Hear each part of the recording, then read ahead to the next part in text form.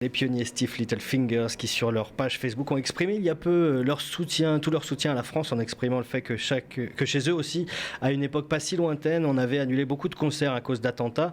Il faut dire que Stiff Little Fingers est un groupe qui se forme à Belfast en 1978. Il fait partie des icônes du mouvement punk, donc au même titre que des groupes comme les Clash, les Sex Pistols, The Jam, Buzzcocks ou encore les Stranglers. Séverine. Oui, alors donc on vient de le dire, lors des attentats parisiens, vous jouiez à Belfast. Rapidement, vous êtes exprimé sur votre souhait de jouer à Paris, puisque vous aviez une date à Paris juste après, en souhaitant un retour des choses à la normale. Comment s'est passé ce concert parisien? So you were playing in Belfast when the terrorist attacks in Paris happened, and shortly after that you expressed your desire to play again in Paris, wishing that things would soon get back to normal. How was that concert in Paris that you played? Was it on the 17th?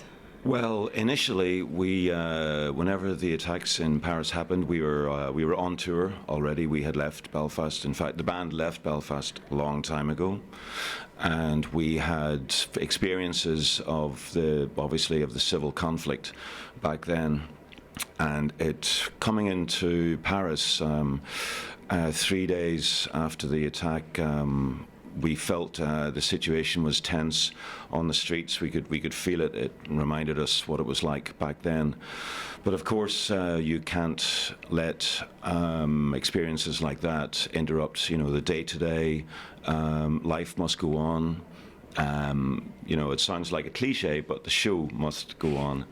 And we had problems in Northern Ireland with other bands not appearing there because of the war, la guerre then. So we knew what it was like to suffer from, apart from anything else, a lack of entertainment. So it was important to show solidarity with the citizens of Paris, and we felt a little apprehensive, but once the band hit the stage, it was like any other show, and it was a great show. Okay, thank you very much for your answer. Alors en fait, donc ils avaient déjà quitté Belfast quand ça s'est passé, ils partaient en tournée. C'est malheureusement les attaques terroristes, c'est quelque chose qu'ils connaissent bien en Irlande du Nord. Donc ils ont en effet joué à Paris 3 jours après les attaques. Ça leur a rappelé malheureusement beaucoup de souvenirs. Ils ont senti une certaine tension à Paris, mais voilà, comme il dit, the show must go on, le spectacle doit continuer malgré tout. Et voilà, il ne faut pas s'arrêter de vivre pour ça. Ils ont connu ça également en Irlande du Nord avec des groupes qui ne se produisaient pas à cause de la peur. Ils ont souffert aussi du manque de musique et du manque de spectacle. Ils appréhendaient un petit peu leur date à Paris, mais voilà, ils ont voulu se montrer solidaires, et à partir du moment où ils ont été sur scène, c'était comme n'importe quel autre spectacle, quel autre concert, et c'était très bien. Alors vous êtes né à Belfast, mais vous vivez aujourd'hui aux États-Unis. On a eu quelques annulations de groupes américains, contrairement aux Européens. Comment vous analysez cette crainte des groupes américains à se produire en France suite à ces événements? So you grew up in Belfast, and now you live in the United States. How do you analyze the fear of American bands to come and play in France? Because European bands still play in France, but American bands cancel their dates in France. How do you not analyze this? Well, I think probably France is now maybe one of the safer places to be. Problems can happen everywhere. As I mentioned, I've been on tour. Since then, we've been playing all over Europe, Switzerland, France, Germany, Czech Republic, and so on. And now we're back in France and very happy to be here. So I haven't been so much in touch with the news that American artists are worried or afraid to come over here.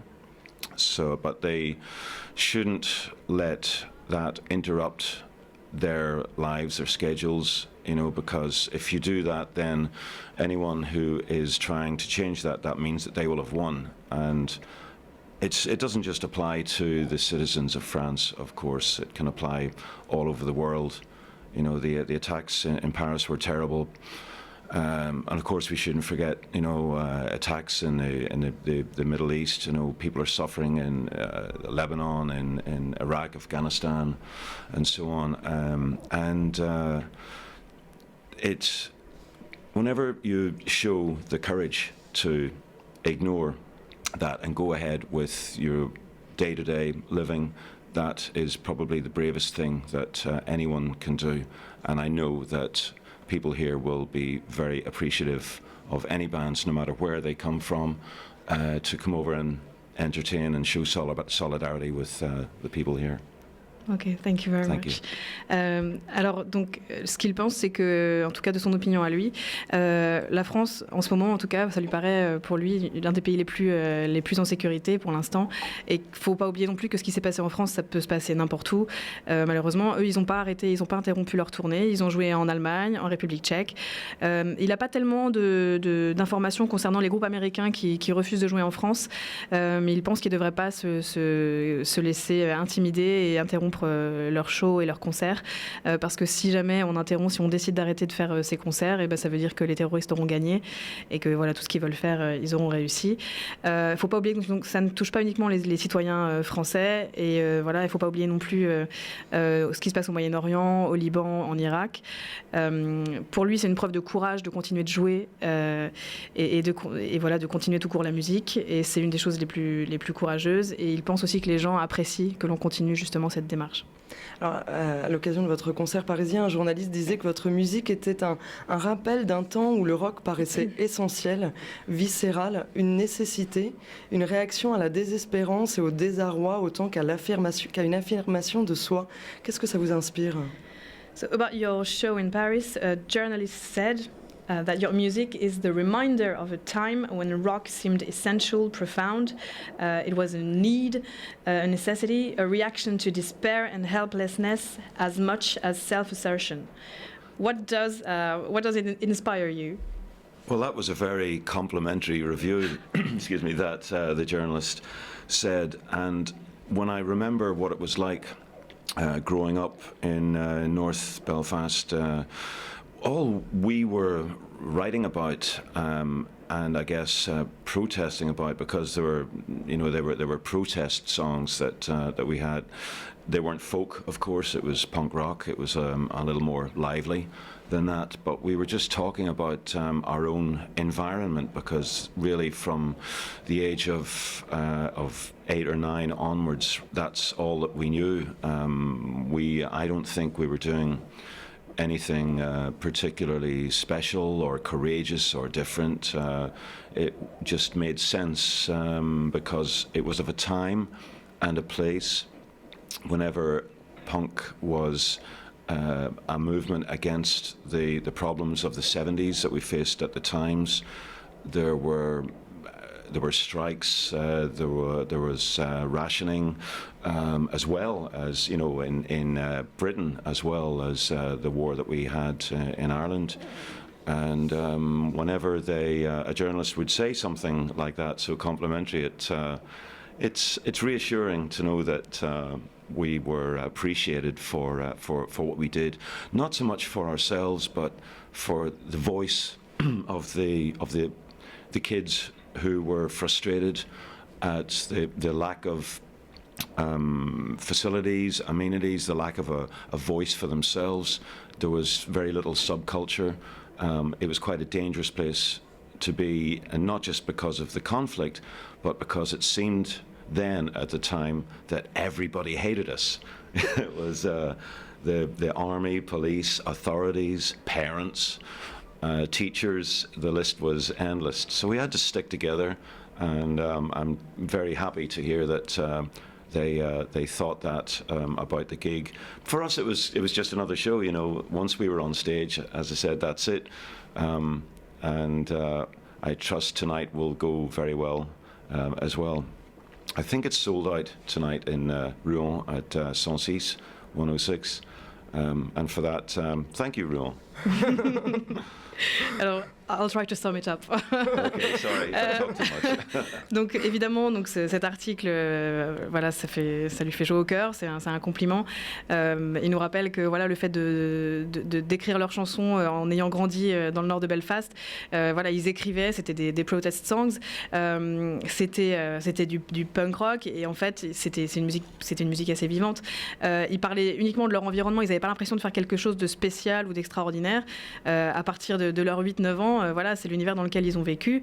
Ça prenait juste sens pour eux. Et voilà, c'était le temps, l'époque et l'endroit où le punk était le mouvement contre les problèmes des années 70, où on parlait du rationnement, des grèves, et pas seulement en Irlande du Nord, mais aussi donc en Grande-Bretagne. Donc ce genre de critique faite par ce journaliste suite au concert parisien, c'est rassurant parce que ça prouve qu'ils sont appréciés aujourd'hui, alors qu'ils avaient l'impression de ne pas être appréciés du tout quand ils étaient plus jeunes, que ce soit par la police, par les enseignants, par les parents.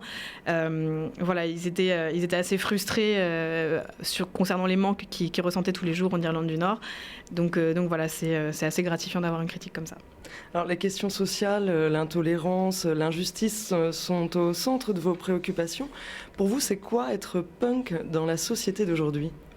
So social matters, intolerance, injustice are at the core of your concerns of your music.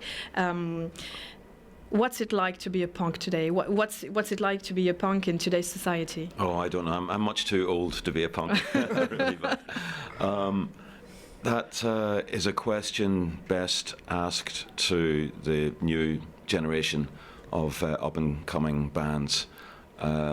We were of a time and a place, and I never really thought that it would continue beyond that. And I'm humbled and grateful for the fact that people do appreciate that now. But to be a punk now, it's so it may be dismissed as just a fashion statement, but I think it's really a lot more than that. It still takes guts to stand up and be counted and talk about the things that the issues that need to be spoken about, the issues that need to be talked about, and not just listen to the news and not just listen to the media fodder, but think for yourself and recognize it sounds very profound, but there is still so much injustice around that anybody, I think these days, who stands up and is counted for saying something against that, of speaking for the individual, really deserves great recognition. Okay, I'll try to sum it up. Once again. Alors, il se considère trop vieux pour être un punk maintenant. Il pense que c'est une question qui devrait être posée donc à la nouvelle génération. Voilà, il remercie donc voilà il remercie je sais plus où j'en suis. Voilà, il est reconnaissant, voilà, c'est le mot que je cherchais. Il est reconnaissant, voilà, d'avoir fait partie de ce mouvement, mais voilà, il pense que maintenant le mot punk, ça a plus une connotation mode, mais voilà, il faut pas se contenter de ça. Ça représente beaucoup plus à ses yeux. Il faut des tripes pour pouvoir encore s'exprimer sur les problèmes. Il faut pas se laisser influencer par les médias quand on est un punk, et voilà, donc ça demande du courage et des tripes pour pouvoir s'exprimer, parce qu'il y a toujours de l'injustice, et voilà, il faut du courage pour toujours s'exprimer contre ces injustices. Vous connaissez la Mano Negra, Manu Chao? Do you know the Mano Negra with Manu Chao? Oh yes, Manu Negra I saw in London years ago. Great band. And Manu Chao also. I'm a fan of. I have their records. Ok. Alors c'est une gloire nationale chez nous, hein, Manu Chao. Voilà ce qu'il dit. Mon premier choc punk, mon premier concert punk, c'était Stiff Little Fingers. Leur premier album, Inflammable Material, était vraiment terrible, à la fois méchant, lyrique et très mélodique. Vu d'Irlande, la vague alternative en France dans les années 80-90, qui était en écho à ce qui s'est passé en Angleterre avec la scène punk, est-ce que justement cette alternative française, elle a eu un écho par chez vous? Est-ce qu'il y avait des liens à cette époque-là? So Manu Chao said that the first shock he had in punk music was with Stiff Little Fingers, and the first record of Stiff Little Fingers, Inflammable Material, was really awesome, and at the same time mean, lyrical, and very melodic. That's what he said. That's a huge compliment. Merci bien. But so there was this alternative wave in France in the 80s, 90s. Has it had any impact in Ireland? I don't know. It's there are so many great bands that have come out in Ireland. It's difficult to keep track.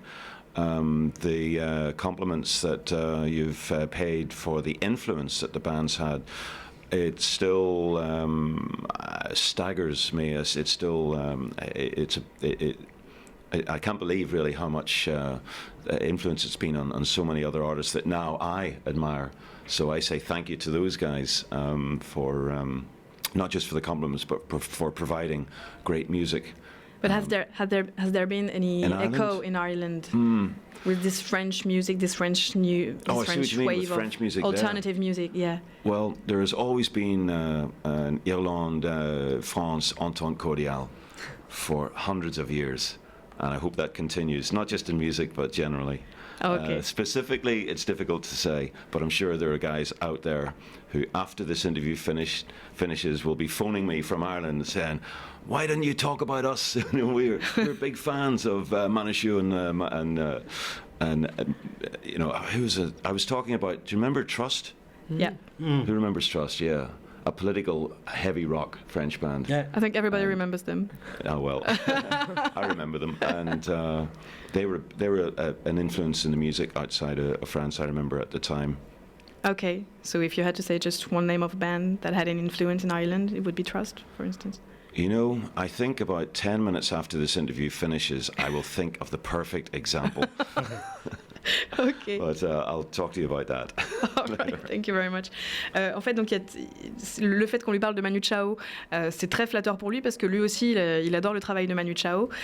Pour revenir sur la question qui a été posée, il y a eu cette espèce d'entente cordiale entre la France et l'Irlande.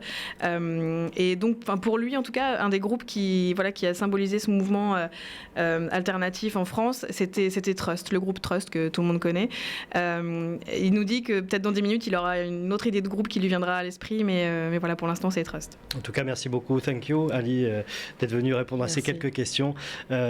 Stiff Little Fingers, tout à l'heure, donc sur la scène du club. On vous souhaite une excellente soirée, un bon concert. Thank you very much. Oh, thank you Enjoy very your much. time. Merci beaucoup.